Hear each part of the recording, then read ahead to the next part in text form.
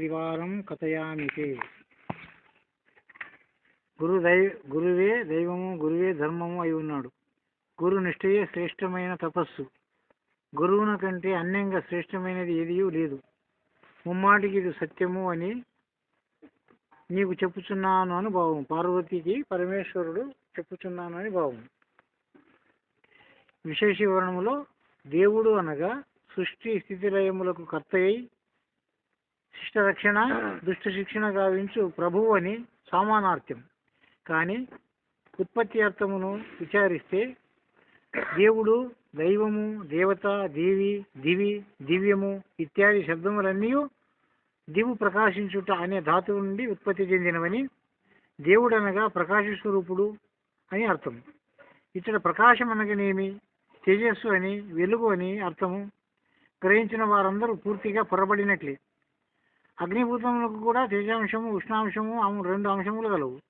అగ్ని వేయించో ఈ వేడి వెలుగు అనువానికి ఉనికియే చెప్పరాదు. పంచభూతములతోనే సృష్టికి ఆరంభము. సృష్టికి పూర్వము అగ్నిభూతమునకు కానీ దాని లక్షణములైన ప్రకాశాదులకు కానీ ఉనికియే ఉండజాలదు.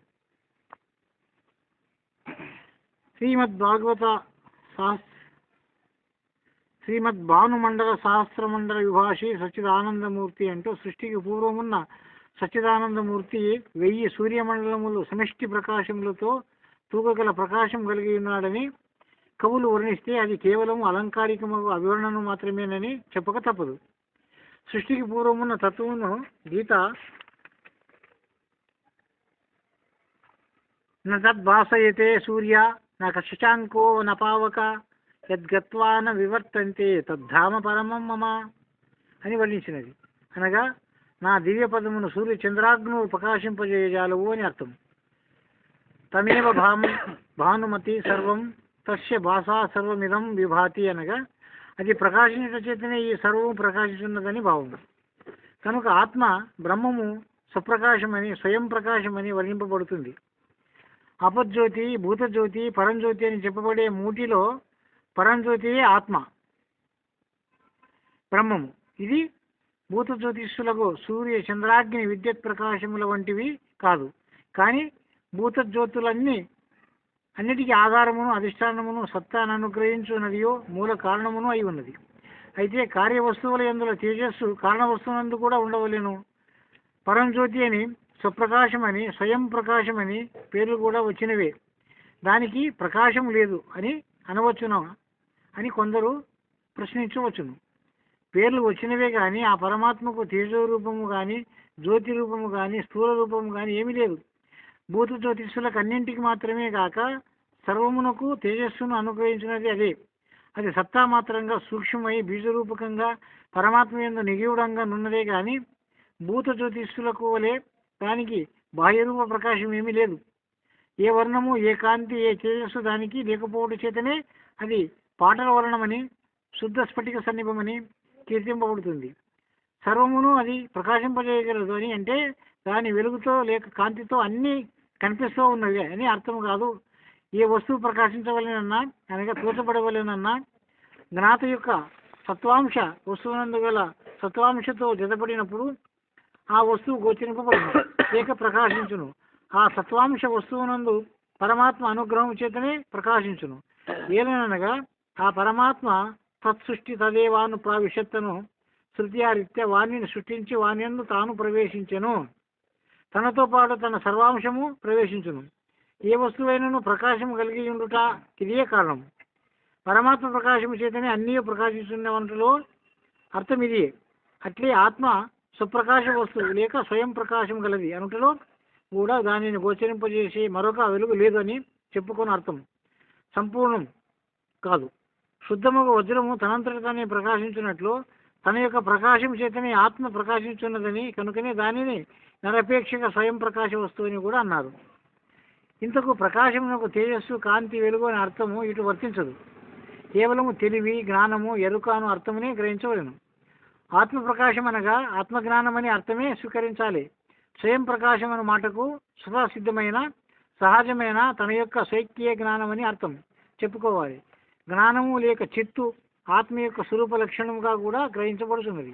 దాన్ని తెలివి లేక జ్ఞానము అఖండ రూపమై ఇతర సాపేక్షం ఏమీ లేక ఉనికి కలిగి ఉన్నది కనుకనే స్వాభావిక జ్ఞాన బలక్రియాచ అనగా జ్ఞాన బలక్రియలు మూడును ఆత్మకు స్వాభావిక లక్షణములై ఉన్నవని శ్వేతాశ్వేత ఉపనిషత్తు దానిని వర్ణించుతున్నది. ఆత్మ యొక్క ఈ అఖండ జ్ఞానమే బ్రహ్మాండమందు 5 తెలుగులుగాను పిండాండమునందు 25 తెలుగులుగాను ఉండి సర్వమును గుర్తించుటకు మూల కారణ రూపంగా ఉన్నది. కానీ ఈ అఖండముకు ఆత్మజ్ఞానమునకు మాత్రము మూల కారణముకు మరొక జ్ఞానం ఏమీనూ లేదు. ఈ శ్లోకములో గురుదేవు అని చెప్పినప్పుడు గురువు స్వయం ప్రకాశము లేక స్వతసిద్ధమైన జ్ఞానము కలిగి ఉన్న పరమాత్మ స్వరూపుడే అయి ఉన్నాడు అని తాత్వికార్థమే గ్రహించగలను.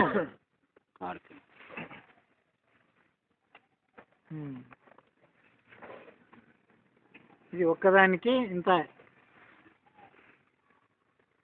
సద్వాసయతే సూర్య శశాంకో న పావక.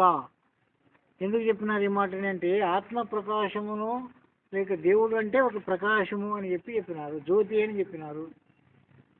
అయితే మనం ఏం తెలుసుకుంటాము, జ్యోతి అంటే ప్రకాశం అని చెప్పి దీపం ముడిచినప్పుడు మొక్కుతున్నాము. అది దాని యొక్క లక్షణమేమే కానీ అది నిజమైనటువంటి ఆత్మ కాదు. నిజమైన ఆత్మ ఏమి అని విచారం చేస్తే ఇక్కడ తెలివి అని, జ్ఞానం అని, ఎరుక అనేటటువంటి విషయమే తెలుసుకోవాలన్నారు. జ్యోతి అంటే మనం అది దీపం అని, సూర్యుడని, చంద్రుడని, అగ్నిభూతం అని మనం తెలుసుకుంటాం. పరమాత్మ అగ్నిభూతుడు అయి ఉండినట్లయితే సృష్టి చేసినప్పుడు పంచభూతంతో సృష్టి జరిగినప్పుడు ప్రథమ భూతమే ఆకాశభూతం. అందుకే సృష్టి జ్ఞానం మనకి తెలిసి ఉంటే, సాంఖ్యం మనకు అనుభవంకి వచ్చింటే, ఆత్మ నుండి ఆకాశము అనేటువంటి పరిణామం మనకు తెలిసింటే, ఆత్మ అనేటువంటిది ఏమైనా విషయం మనకు అర్థమైతే దానివల్ల ఈ ఆకాశం అనే అవకాశం ఎట్లా కలిగిందనే విషయం మనకు అర్థమవుతుంది. ఆ అర్థమైన తర్వాత ఆ అవకాశ రూప ఆకాశం నందు చలన రూపమైనటువంటి వాయువు అనేటువంటిది ఎట్లా కలిగి ఉంది అనేటువంటిది మనము సాంఖ్యాన్ని పరిశీలన చేసినప్పుడు ఈ శరీరం అనేటటువంటిదే అవకాశం. అందుకే బ్రహ్మాండం నందు 5 తెలుగులుగా ఉంది, పిండాండం నందు 25 తెలుగులుగా ఉంది అన్నారు. 5 తెలుగులు ఏమి అని విచారం చేసి చూస్తే ఆకాశం అనేటువంటి ఒక ప్రకాశమానమైనటువంటి శబ్దం అనే తెలివి. కేవలము ఆకాశానికి శబ్దగుణము అన్నారు. వాయువుకి శబ్ద స్పర్శ అనే 2 గుణములు ఉండదన్నారు. అగ్నికి శబ్దస్పర్శ రూపం అని 3 గుణములు ఉండవన్నారు. వాయువుకి జలముకి శబ్దస్పర్శ రూప రసము అనే 4 గుణములు ఉండవన్నారు. పృథ్వీకి వచ్చేతాలకల్లా శబ్దస్పర్శ రూప రస గంధం అని 5 గుణములు కలిగి ఉంది, 5 తెలుగులు కలిగి ఉంది పరమాత్మ బ్రహ్మాండమందు. మరి పిండాండమందు 25 తెలుగులు కలిగి ఉంది. అందుకే ఇన్ని తెలుగులకి ఇన్ని రకరకాల బుద్ధులు, ఇన్ని రకరకాల ఆలోచనలు వచ్చేదానికి కారణము సమిష్టి రూపకంగా విచారించినప్పుడు మాత్రమే బ్రహ్మాండ పద్ధతి తెలుస్తుంది. పిండాండంగా ఉండి మన ఈ తెలివి మనం ఏం చేస్తున్నాం ఇప్పుడు ఇది అంటే అంతర్జన్యములందు ఉండేటటువంటి పరిణామమును చెందినటువంటి ఆకాశం యొక్క తెలివి శబ్దము ధ్వన్యాత్మకం. వర్ణరూపంగా దాన్ని వర్ణిస్తుంటారు పెద్దలు. ఏమని వర్ణిస్తుంటారు అంటే కోటి సూర్య ప్రకాశమానమై పరమాత్మ ఉండడు. ఒక సూర్య ప్రకాశమునే మనం తట్టుకునే శాత కాదు, ఎండా యాప్ అని ఉష్ అంటున్నాం. బ్రహ్మాండమునందు ఉండినటువంటి తెలివి, ఆ పరమాత్మ తెలివి ఆ సూర్యుడు ప్రకాశిస్తున్నాడంటే ఆ యొక్క ఆత్మసత్తా చేతనే సూర్యుడు ప్రకాశిస్తున్నాడు, చంద్రుడు ప్రకాశిస్తున్నాడు, అగ్ని మండుతున్నది, జలము ప్రవహిస్తుంది, వాయువు చెల్లిస్తుంది, పృథివీ సస్యశ్యామలంగా పంటలను ఇస్తుంది. ఏమి ఆధారం చేత ఇవన్నీ జరుగుతుండవంటే ఆ యొక్క ఆత్మసత్తా చేతనే జరుగుతున్నది. భూమి కృంగక నిలిచింది ఈరోజు, నక్షత్రం రాలకుండా సూర్యచంద్రులు సంచార క్రియను సంచరిస్తుంటారు. ఒక క్షణము కూడా తప్పకుండా ఎవరి ఆజ్ఞలోనే వీళ్ళందరూ వ్యవహారం చేస్తుంటారు. కాలానుగుణంగా వర్షములు వస్తుండవి, తిథివార నక్షత్ర యువ కరణములు జరుగుతుండవి. ఎవరి ఆజ్ఞ మీద ఇవన్నీ ఆధారపడి జరుగుతుండవి. ఆ దాన్ని నువ్వు తెలుసుకోవాలంటే మొట్టమొదటి నువ్వు పిండాండమునందు 25 తెలుగులు ఏ ఆధారం చేత జరుగుతుండయి, ఎవరి సత్తా చేత?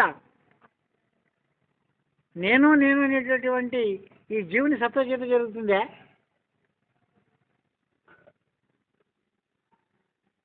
ఈ తెలివి కూడా పరమాత్మ ఇచ్చినటువంటి తెలివే. ఆ పరమాత్మ ఇచ్చినటువంటి తెలివితోనే పరమాత్మను తెలుసుకోవాలి.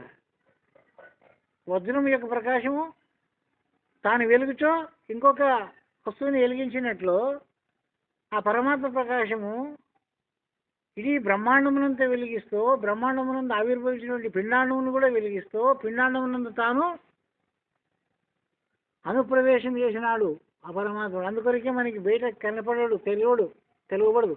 బ్రహ్మాండం నందు గురించి దొరకడు, పిండాండం నందు గురించి కూడా దొరకడు. మరి ఎక్కడ దొరుకుతాడు, ఏడున్నో దొరుకుతాడు అంటే ఆత్మజ్ఞానం అని ఎవరికి కలుగుతుందో వారికి దొరుకుతాడు.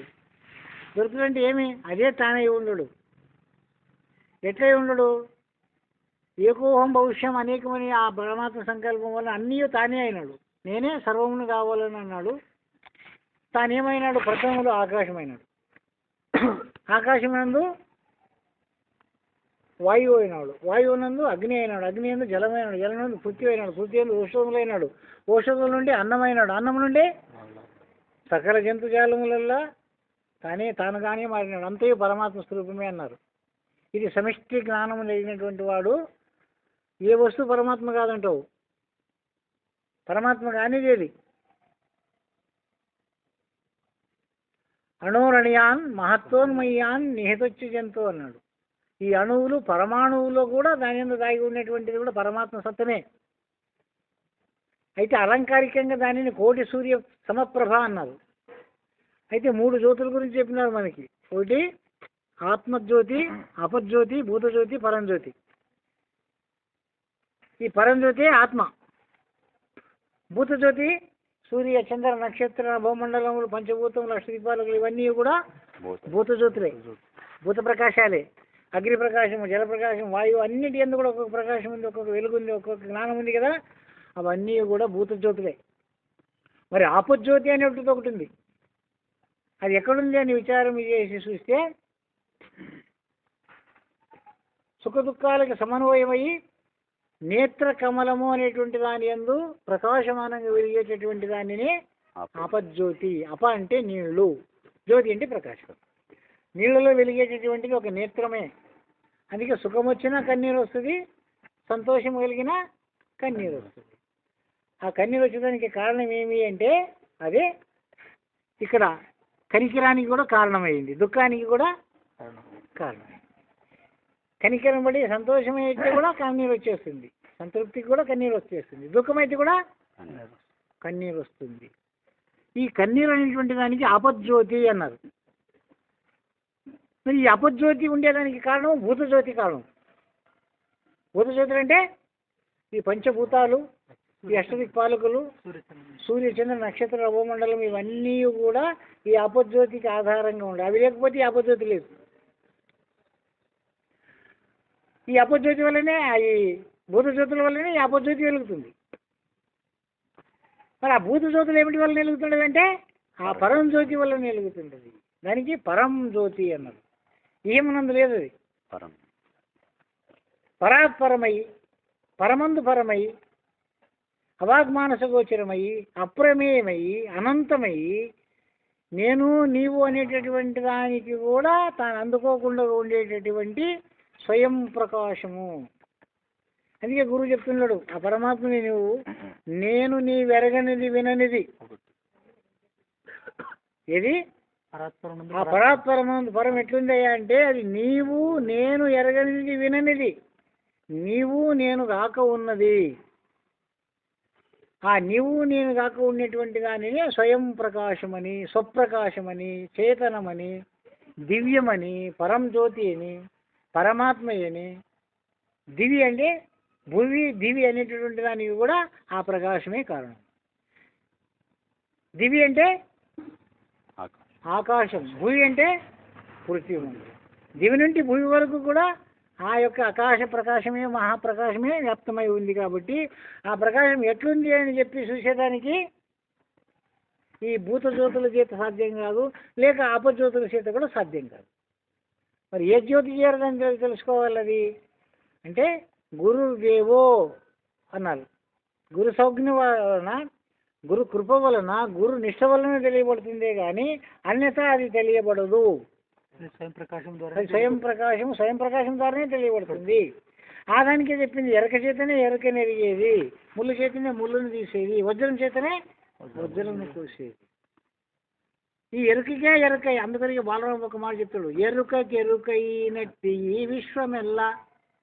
ఎవరికైంది ఎరక? ఎరకకే ఎరకైంది. ఏమనయింది? ఈ విశ్వం అంతా ఏమనయింది? ఎరుకకెరుకైనట్టి ఈ విశ్వమెల్ల ఎరుకకే మరుపయ్యి ఎరుగంగ రాక. ఎరుకకే ఎరుకయింది, ఎరుకకే మరుపయింది, ఎరుగంగ రాక. మరి ఎట్లా ఎరుక రాకుంటే ఎరుకను దాటిన వరమహాత్ములను ఎరుక చేతనే వేలేదా, ఎరుకలో వేరే ఎరుక లేదని చూడలేదా. విషయము అంత సులభంగా మనం మేధస్సుకు అందదు. ఎప్పుడంత అంటే నీవు ఆ స్థితికి స్వయం ప్రకాశం అనేటటువంటి స్థితికి రావాలంటే ఈ భూత జ్యోతులు ఎందు ఉండేటటువంటి స్వప్రకాశం అనేటటువంటి ఒక దానిని తెలుసుకోకుండా నీవు స్వయం సృష్టించుకుంటుండవు కదా. ఇవన్నీ కూడా ఈ ప్రకాశాలు నీ స్వజ్ఞానం వలన కలిగినటువంటి దేవతలు, నీవు నిర్మించుకున్నటువంటి దేవతలు, నీ కల్పన యందు పుట్టినటువంటి మతములు, నీ కల్పన యందు పుట్టినటువంటి దేవతలు, గుడులు, గోపురములు, తీర్థయాత్రలు, జపములు, తపములు, ఉపవాసాలు, వ్రతనియములు, విపరీత కర్మములు అని అడుగుతుంది. ఇవన్నీ ఇవి విపరీతమైన కర్మములు. ఏవి ఎక్కడ పుట్టినవి ఇవన్నీ? ఎవరు కల్పించినారు ఇవన్నీ? ఎవరు సృష్టించినారు ఇవన్నీ? ఆ భూతజ్యోతులు సహజంగానే వికాసమానమై ఉండదు. ఆ భూతజ్యోతులను గురించి ఎవరు అడుగుడు. ఆ భూతజ్యోతుల యొక్క ప్రకాశములను తెలుసుకున్నటువంటి వాడు ఏం చేస్తున్నాడు? తన స్వప్రకాశం ఉంది కాబట్టి, స్వయంభు కాబట్టి ఎన్ని మతాలైనా సృష్టిస్తాడు, ఎన్ని స్థితిగతులనైనా సృష్టిస్తాడు. మానవుని ఎందుకు కూడా ఇది స్వయం సృష్టించడానికి కారణమునందు ఏ గుణం ఉండను, కార్యమునందు అదే గుణం ఉంది. అందుకే వీళ్ళు స్వయం ఇష్టం వచ్చినట్టు చేసేదానికి కారణం కూడా ఏమి అంటే స్వకీయ జ్ఞానమే కారణము. అయితే ఈ స్వకీయ జ్ఞానము ఆ పరమ జ్ఞానానికి సంయోగపడుతుందే. నేనే అదే అని అనుకుంటే సరిపోతుందే. దీనికి ఉపమానం చెప్పినారు. సువర్ణం అనేటటువంటి బంగారు గట్టులు ఉంటే ఒక ముద్ద బంగారు కానీ, ఒక తులం బంగారు కానీ, ఒక మాసం బంగారు కానీ తెస్తే దాని గుణమే దీనికి ఉంటుంది, దీని గుణమే దానికి ఉంటుంది. కానీ దీన్ని ఆభరణంగా తయారు చేసిన తర్వాత ఆ శుద్ధ బంగారుకు ఉండిన గుణము ఈ ఆభరణమునికి ఉంటుందా? చెప్పండి. గజల కిటానికో, గుండ్ల టీకో, తాళి సామానముకో, ఏదానికైనా ఆ శుద్ధ బంగారం యొక్క గుణము దీనికి ఉంటుందా? ప్రకాశం తగ్గిపోతుందా? అట్లే ఉంటుంది ప్రకాశం. మరి ఎప్పుడు వస్తుంది దీనికి ప్రకాశం? దాని ఎప్పుడు లీనమవుతుంది ఇది? ఆ భూత జ్యోతుల నుండి కూడా పరంజ్యోతిగా మారేదాని కొరకు భూత జ్యోతులు కూడా నిరంతరం కృషి చేస్తుంటాయి. లోక కళ్యాణం కొరకై సూర్య, చంద్రుడు, నక్షత్రం, నవగోండలు, పంచభూతములు, అష్టదిపాలకులు, వర్షము, గాలి, ఎండ, నీడ అన్నీ కూడా సమిష్టిగా పనిచేస్తుండవి. నేను చేస్తున్నామని గుర్తు కూడా వాడికి లేకుండానే పనిచేస్తుండవి. మరి ఎవరి సత్తా మీద ఆధారపడి చేస్తుండవి? వాటి వెలుగు తగ్గలేదు. ఈ పొద్దుల వరకు వాటి ప్రకాశం తగ్గలేదు. మన జ్ఞానము మరుపైపోతుంది. కారణము ఇంకా వచ్చిపోయే లక్షణం. దీనికి చలనాంశమైనటువంటి వ్యష్టిగతి ఉంది కానీ సమష్టిగతి దీనికి లేదు. అందుకే దీనిని ఈ వ్యష్టిని పోగొట్టి సమష్టిగా ఉంచాలని చెప్పి మహాత్ములు ఎందరో కృషి చేసినారంట. యుగ యుగాల నుండి ఈ పొద్దుల వరకు చేస్తూనే ఉండరు కూడా నేను శాశ్వతంగా ఉంచాలా అని. కానీ ఈ పొద్దుల వరకు శాశ్వతంగా ఉంచడానికి కాలేదు. భూమి శాశ్వతంగా ఉంది కదా, భూమి వల్ల ఏర్పడిన ఈ శరీరం శాశ్వతంగా ఉంచాలన్నారు. కాయశుద్ధి చేసినారు, లవణములను త్యజించినారు, అమృత భాండాలను తాగినారు, ఏమేమో శుద్ధి చేసినారు. చేసిన కూడా ఇది మురిగిపోయింది, శాశ్వతంగా పృథ్వీలకు నిలవలే. మరి అంతరంగా ఉండేటువంటి జలతత్వం సంబంధించినటువంటి దాన్ని శుద్ధంగా ఉంచుదామంటే అది ఉండకపోయా. మరి అగ్నితత్వం అనేటటువంటి ప్రాణానికి సంబంధించిన దాన్ని ఉంచుదామంటే ఆహారములను పరిత్యజించి నిరాహారములుగా జీవించి గాలి మీద బతికి కొన్నేళ్ళు జీవించిన వాళ్ళు కూడా అది శాశ్వతంగా నిలపలేకపోయింది.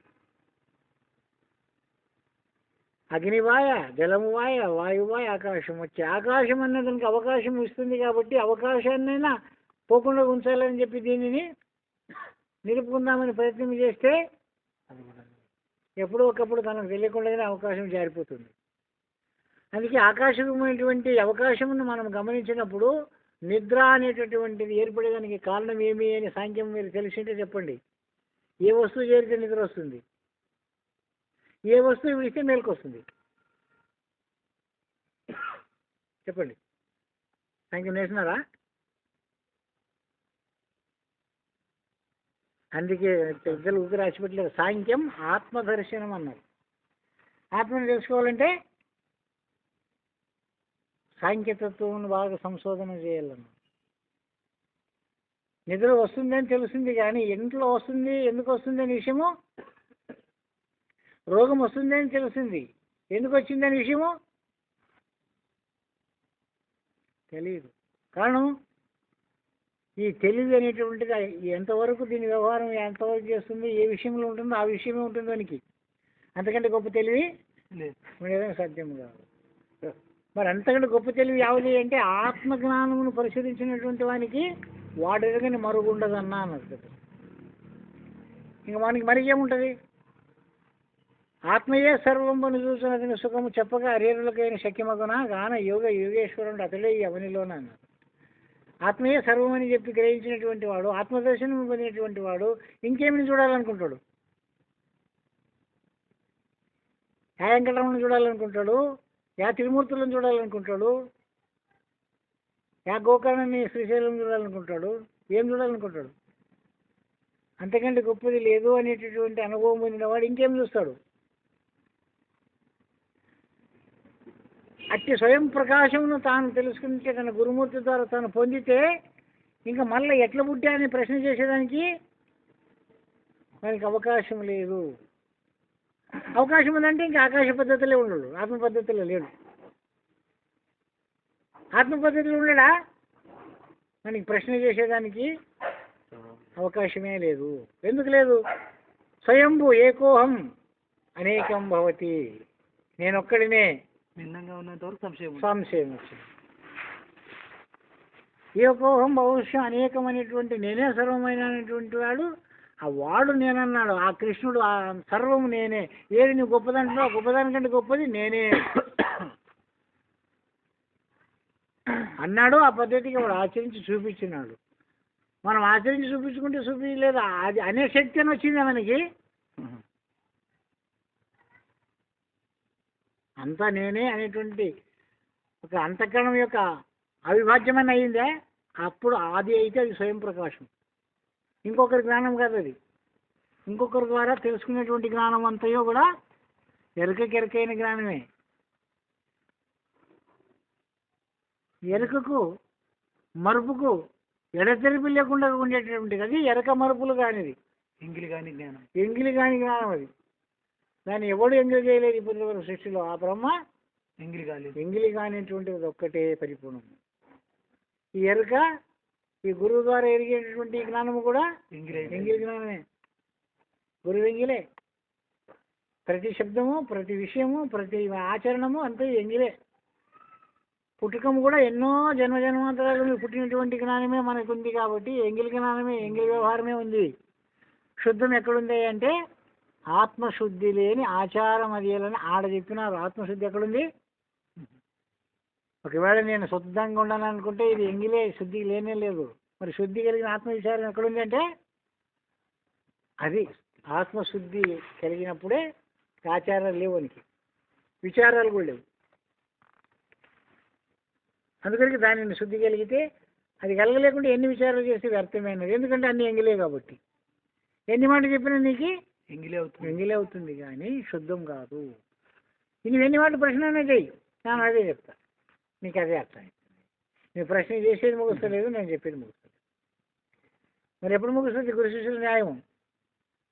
అందుకే గురువు చెప్తున్నాడు, నా స్వరూపముగా నీవు ధారణం చెయ్యి, నా స్వరూపాన్ని నీ యందు ఉంచుకో, నేనేగా ఉండి నువ్వు వ్యవహరించు. నీవుగా ఉండి వ్యవహరిస్తుండవు. నా స్వరూపమును పొంది నా వాక్యానుసారంగా నేనయ్యి, నా శరీరమే నీ శరీరమయ్యి, నా వాక్యమే నీ వాక్యమయ్యి, నా మనసే నీ మనసు అయ్యి, నా భావమే నీ భావమయ్యి, నా జ్ఞానమే నీ జ్ఞానమైన నాడు అది స్వప్రకాశం. నా బుద్ధికి నీ బుద్ధి సరిపడుతుంది. ఇది ఇతర ఏ బుద్ధులు పట్టకు, ఈ బుద్ధిని విలువకు. ఏ బుద్ధిని విడిచి ఏ బుద్ధిలో పట్టినా నీ బుద్ధి చెడిపోవు. నీ బుద్ధి చెడిపోయేదానికి కారణము ఇతర ఏ బుద్ధిలో పడుతుండవు కాబట్టి చెడిపోతుంది. ఇతర ఏ బుద్ధులు పట్టుకోకుండా ఉండాలంటే నా బుద్ధి నీకు స్థిరపడాలి. నా బుద్ధి స్థిరపడి నా యాజ్ఞానుసారంగా, నా వాక్యానుసారంగా, నా యాజ్ఞానుసారంగా నా పద్ధతికి నీవు ఆచరించినట్లయితే ఇంకొక జ్ఞానం అక్కడ అవసరం లేదు. నేనే నీవు అనేటువంటి అఖండ జ్ఞానావృత్తి కలుగుతుంది. కాబట్టి దీనిని సత్తా మాత్రము సూక్ష్మమయ్యి బీజరూపకంగా అన్నాడు. ఉపమానాలు ఇవి. బీజరూపకంగా అంటే ఒక వృక్షం అనేటటువంటిది ఆ ఇత్తుల యందు దాగి ఉంది, ఇది కనపడదు. అంకురత మాత్రము ఉంది అని తెలుస్తుంది, కానీ ఎట్లుండేదంటే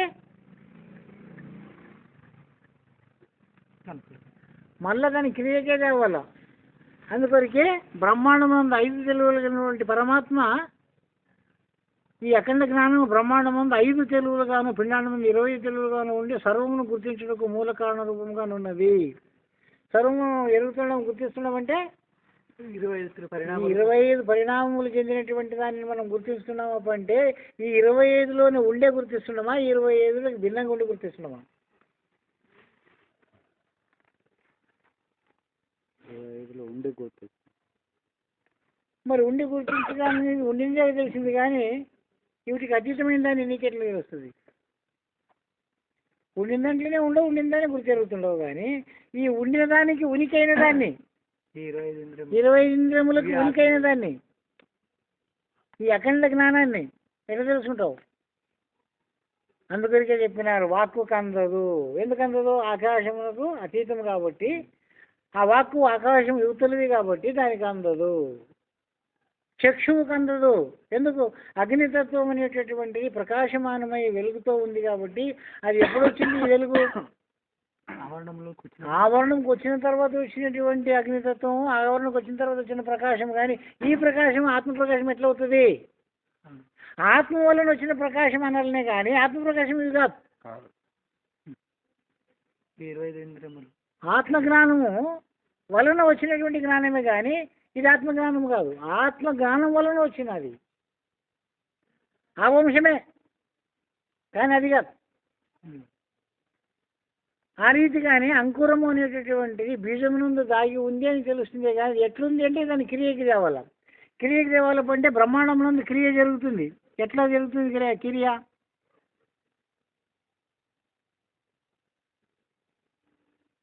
ఏ వస్తువు ప్రకాశించవలనన్నా అనగా తోచబడవలనన్నా జ్ఞాత యొక్క సత్వాంశం.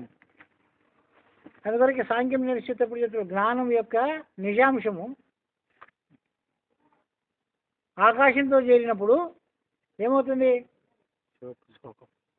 నిద్ర వస్తుంది. ఆకాశాంశము పృథ్వీతో చేరినప్పుడు ఏమొస్తుంది? ఎందుకు వచ్చింది భయము? తన స్వరూపం కోల్పోతుంది కాబట్టి భయం వచ్చింది. ఆకాశము జ్ఞానశూన్యత వలన శోకం ఏర్పడుతుంది, దుఃఖం ఏర్పడుతుంది. జ్ఞానంగా ఉంటే దుఃఖము లేదు. ఇట్లా ప్రతి వస్తువు పరిణామము, సంయోగము, వియోగము అనేటువంటి 3 భాగములు అవుతుంది. దీనినే సత్తామాత్రంగా సూక్ష్మమైన బీజరూపకంగా పరమాత్మ మీద నిగూఢంగా నున్నది. దానినే భూత జ్యోతిష్యులకు దానికి బాహ్య రూప ప్రకాశం ఏమీ లేదు. ఏదానికి? ఆ నిర్గుణము దాగి ఉన్నటువంటి దానికి బాహ్య ప్రకాశం కానీ, బాహ్య యొక్క క్రియ కానీ, బాహ్య యొక్క వ్యవహారం కానీ దానికి లేదు. దాని సత్తా చేత ఈ భూత జ్యోతిష్యులన్నీ వెలుగుతున్నాయి. ఆత్మ ప్రకాశం సత్తా చేతనే సూర్యుడు వెలుగుతున్నాడు, చంద్రుడు వెలుగుతున్నాడు, అగ్ని మండుతున్నది, నక్షత్రం రాళ్ళకు ఉన్నది. పిండ బ్రహ్మాండములన్నీ దాని సత్తా చేతనే గర్భంలో ఒక పిండం తయారవుతా ఉంది. ఎవరు చేస్తున్నారు దాన్ని? ముక్కు, కాళ్ళు, కళ్ళు, చెయ్యిలు, శరీరము, 72,000 నాడీలు, ఎముకలు 66, 92 కీళ్ళు, 33 పేగు, సేరు గుండె, అర్ధసేరు రుద్రము, 4 శీల మాంసము, సూర్యుడు పైత్యం, మరసూరు శేషము. ఈ ప్రకారముగా తెలుసుకుని ఈ తెలివి అవిటిని తయారు చేసినటువంటి తెలివి ఎవరు చేస్తున్నారు? ఆ తెలివి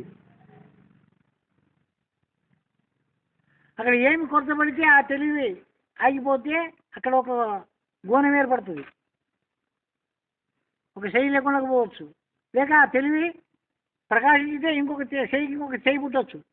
కొన్ని పసలకి చూస్తాం భుజాల మీద కాళ్ళు పుట్టింటాయి. ఇవన్నీ ఒకటికి 2 తలకాయలు దానికి, 3 తలకాయలు దానికి, అసలు తలకాయ లేనట్లుండే దానికి, మూత్రం సంచయం లేనట్లుండే దానికి, గర్భసంచయం లేనట్లుండే దానికి, అసలు గుదస్థానం అనేటువంటిది లేనట్టు దానికి మనం ఇప్పుడు డాక్టర్లు వచ్చారు ఆపరేషన్ చేస్తుంటారు. పరమాత్ముడు అప్పుడు దానిని ప్యాకింగ్ చేసి పంపించినాడు పుట్టినప్పుడు. మరి అది గర్భంలో ఉన్నంత వరకు బతికి ఉంది. గర్భం నుండి బయటకు వస్తే అది చచ్చిపోతుంది. ఎందుకు? దానికి ఆవరణము లేదు. ఆవరణం లేనప్పుడు ఏమైంది దానికి? మరి గుద్ద కోసి దానికి ఆవరణం ఏర్పరిచి దానిని చలనింపజేసేటువంటి శక్తి కూడా మానవుడు కనుక్కున్నాడు. ఈ తెలివి కూడా ఆ స్వప్రకాశ తెలివి వల్ల వచ్చినటువంటి తెలివేనా ఈయనకి? ఆ నిరావరణ గురించినే వచ్చినట్లు. ఇప్పుడు జ్ఞానులు ఎంతమంది ఉండినా, ఎంతమంది డాక్టర్లు ఉండినా, ఎంతమంది విజ్ఞానులు ఉండినా, ఇందరికి వచ్చిన జ్ఞానము ఆ అఖండ జ్ఞానము, ఆ ఆత్మజ్ఞానం వలన వచ్చిన జ్ఞానమేనా వీళ్ళకి స్వయంగా వచ్చింది? వీళ్ళకి ఇది అనుకుంటారు నా సొంత జ్ఞానం అని. వీళ్ళకి సొంతనా? ఆ పరమాత్మ జ్ఞానమేనా వీళ్ళు సొంత జ్ఞానమా? వాడు ఇచ్చిన జ్ఞానమేనా అంటున్నాడు రాయుడు. ఆ మాట అనేదాని కొరికే గురుదేవో భవ, గురువు ద్వారా వచ్చింది అని ఎందుకు అనవలసి వచ్చిందంటే, గురువు స్వప్రకాశం కాబట్టి, స్వయంభూ కాబట్టి, స్వజ్ఞానం కాబట్టి గురు జ్ఞానం గంతవ్యం అన్యథా శతకోటి గ్రంథం కిం ప్రయోజనం, గురుముఖేన జ్ఞాతవ్యం. అంటే అప్పుడు ఏమైంది? అక్కడ స్వయం ప్రకాశం అనేటువంటి దాని ద్వారానే మనకి వచ్చింది. అని స్వయంగా మేము మనకి చేసుకున్నామా? కొందరు ప్రబుద్ధులు ఉంటారు, 4 గ్రంథాలని చదివో, 4 మాటలని ఈయనో చతురాయిలయ్యి మాట్లాడి మా గురువుకి ఏం తెలుసుకోలేదు, మామే అంత తెలుసుకున్నాం అనేటటువంటి ప్రబుద్ధులు కూడా కొంతమంది ఉంటారు. మరి వాళ్ళకి ఏ జ్ఞానం అన్నలేదని? గురువు వలన నేను వినలేదు, నేను స్వయంగా తెలుసుకున్నాను అనేటువంటి వానికి ఏమనాలి దానికి? అది నిష్ప్రయోజనం అన్నారు దాన్ని. అందుకే గురువాజ్ఞ లేనిదే గురువై బోధించుతనే అంటే అది నాశనం అయిపోతావు అన్నారు. ఎందుకని వచ్చింది అన్నమాట. అతనాజ్ఞ ఎందుకు తీసుకోవాలా? ఆజ్ఞ ఇచ్చినాడు, గురువు చేసేటటువంటి స్థితి ఉంటే మనము బోధిస్తే అతనాజ్ఞ ప్రకారంగా నడుస్తుంది. అతను నువ్వు గురువు కావాలని ఆజ్ఞ ఇవ్వకుండానే నీ అంతకు నీవే నాకేం తెలియదు, అన్నీ తెలుసు కదా, నాకెందుకు శిష్యులను చేయరాదు అని చెప్పి స్వయంగా తాను జ్ఞాని అయ్యి ఇతరులకు బోధ చేస్తే దానివల్ల ఫలితం ఉంటుందే, నాశనం ఉంటుందే? ఎందుకు నాశనం ఉంటుంది? నేను స్వయం కదా, అతనేం చెప్పాలి నాకు? అతనేం అధికారం ఇవ్వాలా? నాకేం తెలియదా? తెలిసిందే కదా. అతని ద్వారా తెలిసినప్పటికైనా కూడా అతని ఆజ్ఞ లేదే నేనెందుకు గురువు కారాదు? అతని ఆజ్ఞ నాకు ఎందుకు అవసరం? ఇప్పుడు చెప్పినాను కదా, ఆత్మ స్వయం ప్రకాశము, దానికి ఎవరి ఆజ్ఞ అవసరం లేదు, అందరి ఎందుకు సహజంగా ఉంది అని చెప్పి తెలిసింది. ఇప్పుడు నీకు తెలిసింది, నీకు స్వతంత్ర జ్ఞానం ఉంది, మరి నాకు అంత జ్ఞానం ఉంది కదా, మళ్ళీ అతని దగ్గర అధికారం తీసుకొని నన్ను ఎందుకు శిష్యుని చేయాలి? నానే శిష్యుని చేస్తే అయిపోయి కదా. రాదా? వస్తుంది రాదా? అడిగి ఏంటికి రాదు? అందుకే గురువాజ్ఞ కావాలి. అస్తిత్వం స్వీకరించదు. బ్రహ్మాండమునందు ఉండేటువంటి అఖండ జ్ఞానము నీ యొక్క వ్యవహారం స్వీకరించదు. అది మరి ఎప్పుడు స్వీకరిస్తుంది? అది దాన్ని జ్ఞానాంశం నందు చేరేటప్పుడు సూత్రాత్మ యొక్క సత్తా నీకు కలగాలంటే పరమాత్మ యొక్క చిత్త నీ యందు దాన్ని ప్రవేశింపజేయాల. అది ఆజ్ఞ. అందుకరికే పరమాత్మ ఆజ్ఞ సీమైన కదలదు, గడ్డి పూసైన కదలదు. కలుగుతుందా? ప్రపంచమునందు ఏదైనా కదులుతుంది అంటే వాని సత్తా లేనిదే ఏదైనా జరిగేదానికి సాధ్యమా? గుండు పడాలన్నా వాని సత్తా వల్లనే, వాడు దొబ్బితేనే పడింది. అది ఎవడు దొబ్బుకోకుండా అదంతకదే పడప్ప, అదంతకది ఎప్పుడు పడదు. అందుకే ఆ సత్తాంశమును ఎవరైతే పొందింటారో వాళ్ళు ఈ పిండ బ్రహ్మాండముల యొక్క సంయోగం పొందినటువంటి జ్ఞానము ఆగు అంటే ఆగిపోయినది మధ్యంతరంలో. అస్తిత్వం వాళ్ళు ఏకమైపోయినారు. ఆగు అంటే ఆగింది, పడు అంటే పడింది. అందుకే దాన్ని ఏమన్నారు? సమిష్టి పద్ధతికి వాక్సిద్ధి అన్నారు. అందుకే గురువాక్యము అంటే మనం ఎందుకు నమ్మాలి? వాళ్ళని సమిష్టి ధారణములు చేసినారు కాబట్టి వాళ్ళు చెప్తే అయిపోతుంది. వాళ్ళు చెప్పిస్తే తలుగుతుంది. ఎందుకు వాళ్ళు చెప్పిస్తే నాన్న చెప్పిస్తే ఎందుకు తలగదు? సృష్టి పద్ధతి అంత మీద నుండి వచ్చాడా? అతను పుట్టింది చేయడని మనం పుట్టింది చేయడని అందరూ అతను తెలిసింది తెలివి అదే నా ఇప్పుడు అందరూ విన్నామప్ప. దీంట్లో ఎవడో ఒకడు గురువు అవుతాడు.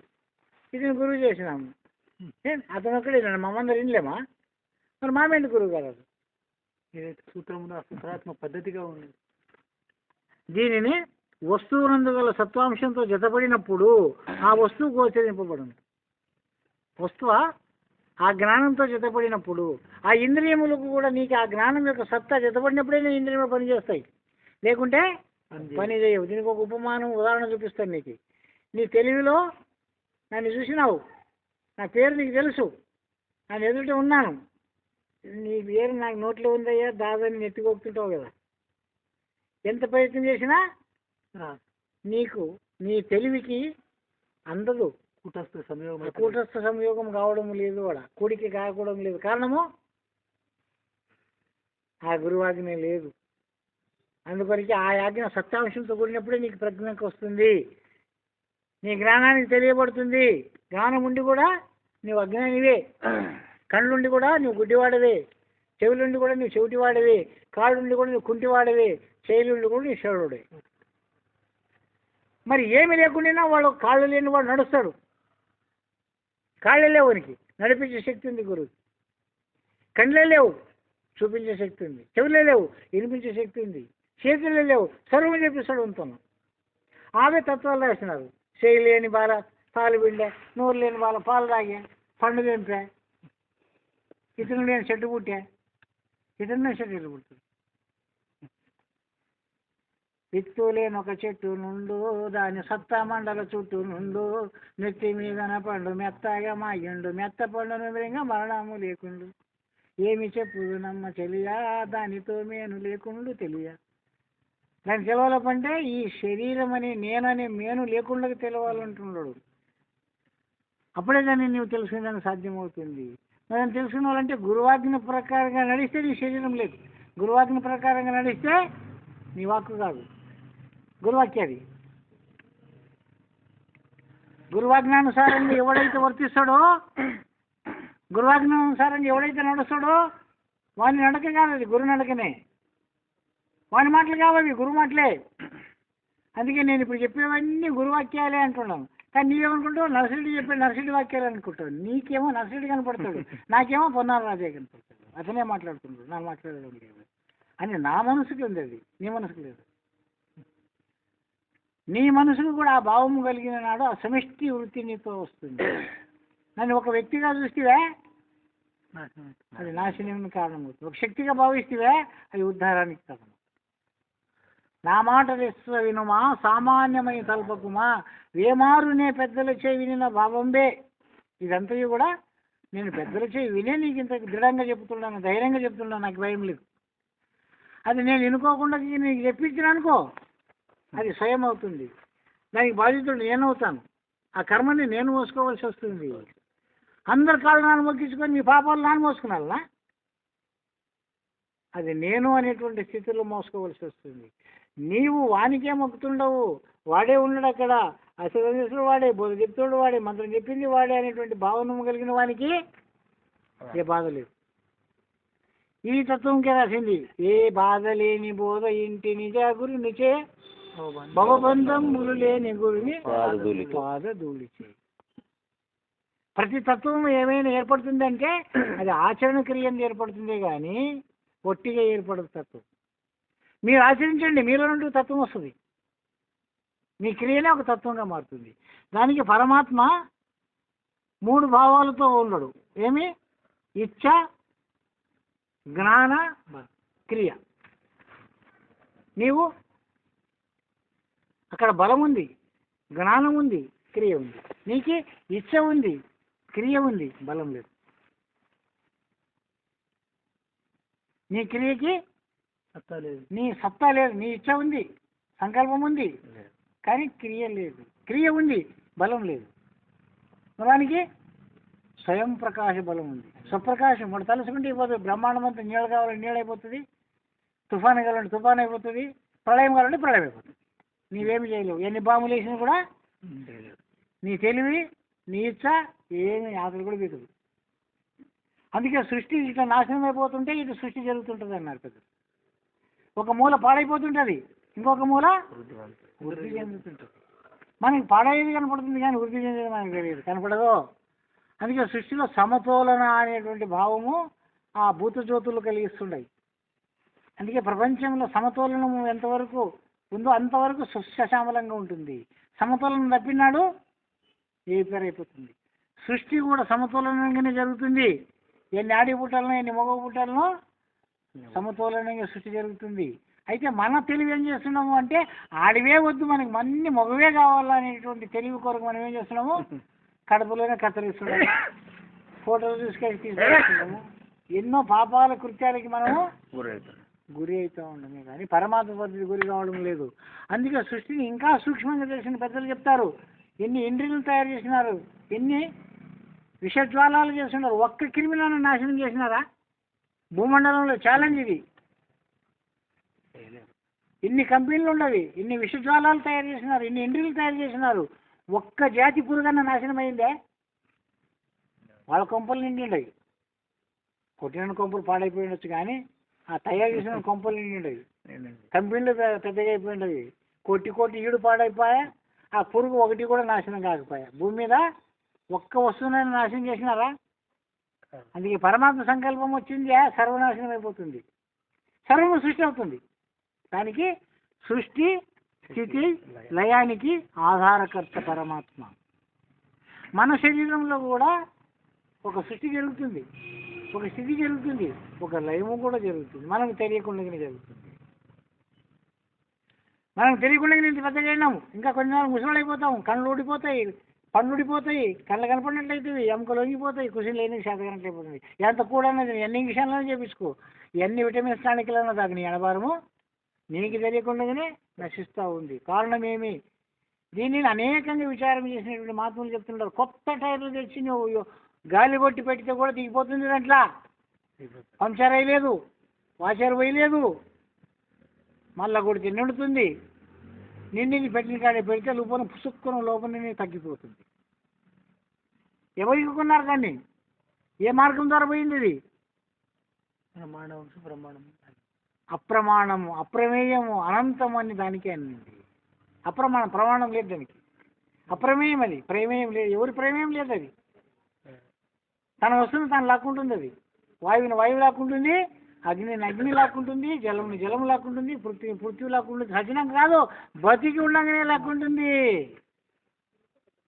నువ్వు ఒకవేళ సచినాక మంటికి పోతుంది, నీళ్ళకి పోతుంది అనుకునేవు.